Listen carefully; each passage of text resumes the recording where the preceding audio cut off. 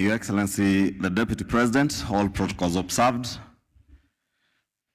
Your Excellency, let me begin by thanking you for organizing this forum for all of us to come together to look for solutions. And I want to join you and the CS Kindiki in what you have said, that we must not make this forum and others that will follow to be a finger pointing and blame game forum.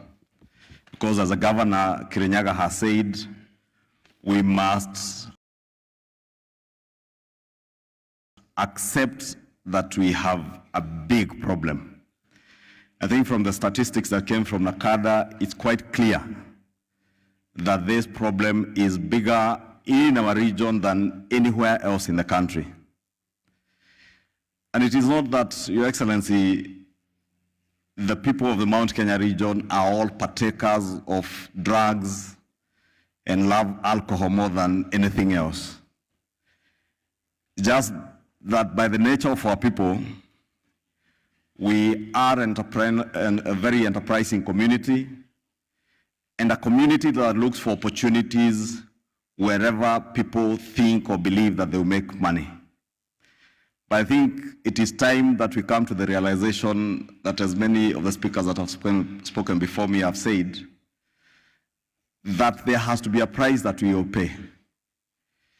Our county governments may have to live with the fact that they will lose a few channels of revenue.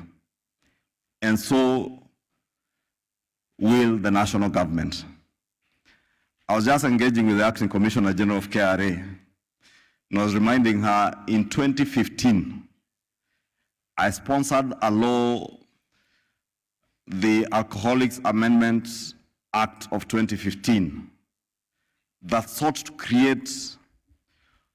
to do two things, three actually. One was to declare alcoholism as a disease, because indeed, alcoholism is a disease.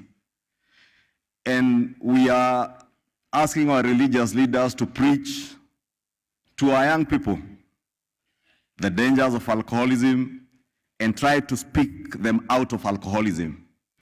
But you cannot speak someone out of a disease. You cannot preach someone out of a disease. You have to treat them. And therefore, I want to agree with the speaker who spoke from NACADA that we must work together with our county governments to ensure that we establish rehabilitation centers as treatment centers in all our counties in this region to treat those of us who are sick from the disease of alcoholism. The second objective of that bill or act of parliament was to make alcoholic drinks that are healthy affordable to many of our people. And we created a provision within our laws, the Excise Duty Act, to give 90% excise duty remission to beers that were produced from sorghum and millet. And the Honorable CS, who was then the senator for Tharaka Nithi, I engaged him because many of his farmers had suffered because they could not market the sorghum and millet that they were growing, especially the sorghum that they grow in Tharaka Nithi and parts of Kitui County and parts of Kericho, not Kirinyaga. But then successively, Your Excellency, our own government, between 2016 and 2021, in every finance bill we have targeted excise duty, the same excise duty on that beer.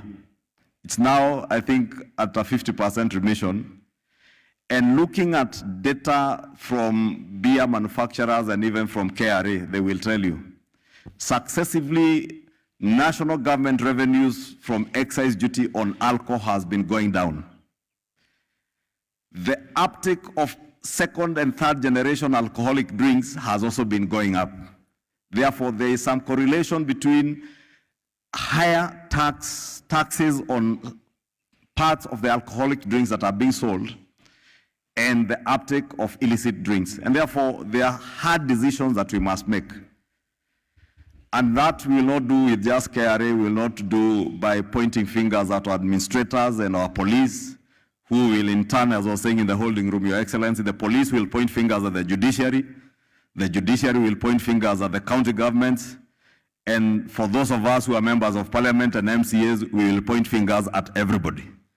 But that does not give us a solution. And therefore, I want to pray, Your Excellency, that these forums will come up with tangible and long-term solutions to the problem that bedevils not just our region, but our country. Your Excellency, I just want to conclude by saying from the National Assembly and Parliament, we shall do and endeavor to do whatever it will take. If there are laws that we need to change, it will not take us more than 3 weeks to do public participation and push those bills or amendments that we need to do. Because we must rescue, as you said, Your Excellency, a generation of young people that is going to waste. In another 10 to 15 years, this region will not have any productive young people. We pride ourselves as a region that we are enterprising, we are productive, we are rich, and we are many. But I was being challenged because when some other data was projected here, and I'm sitting next to my Governor Wamatangi, Kiambu was leading with the highest number of bars, highest number of wines and spirit shops, highest number of bars and restaurants. And I was telling my governor, these bars and restaurants is basically a bar with a bowl of smoky sausages, and they are licensed. But then the other presenter came on education, the regional director education. And we noticed with my governor that between 2019 and 2020, there was an upsurge of ECD students or pupils being registered in ECDs. Then the member of parliament for Nyeri Town and Nomba Ukanini Kega said that Ishioshiana Morashiarero Neado Agetishianyu.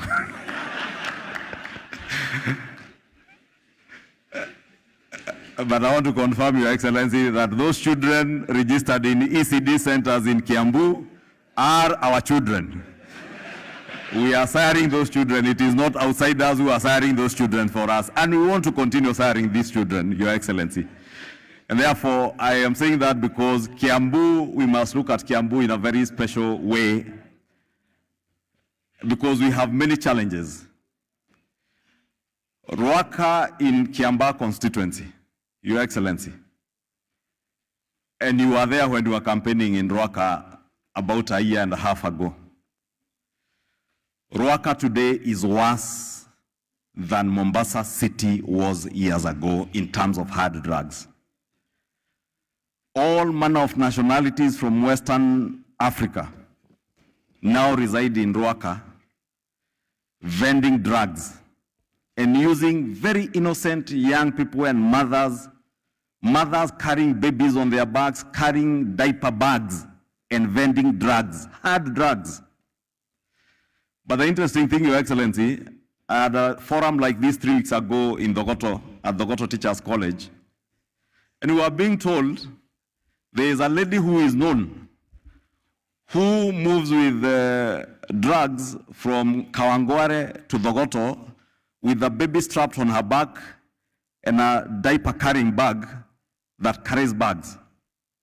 But residents know the lady. The police, of course, know the lady.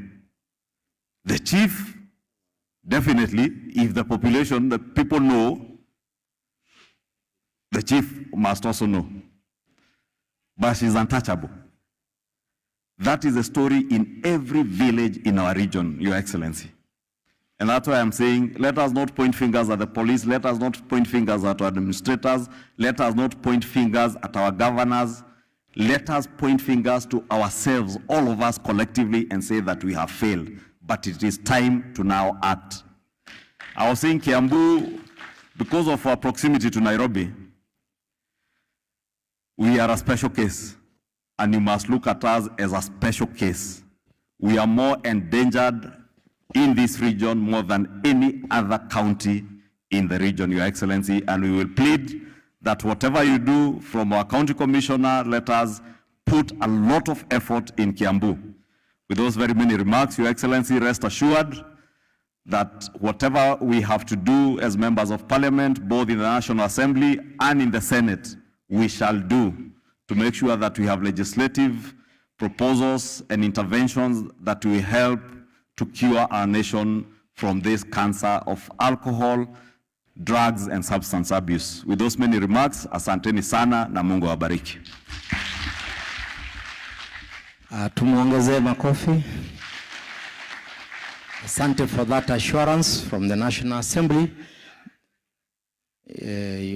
Your Excellency, the Deputy President, next speaker, I want to call upon the Inspector General, the National Police Service, to come and give his remarks. Karibu Banaiji.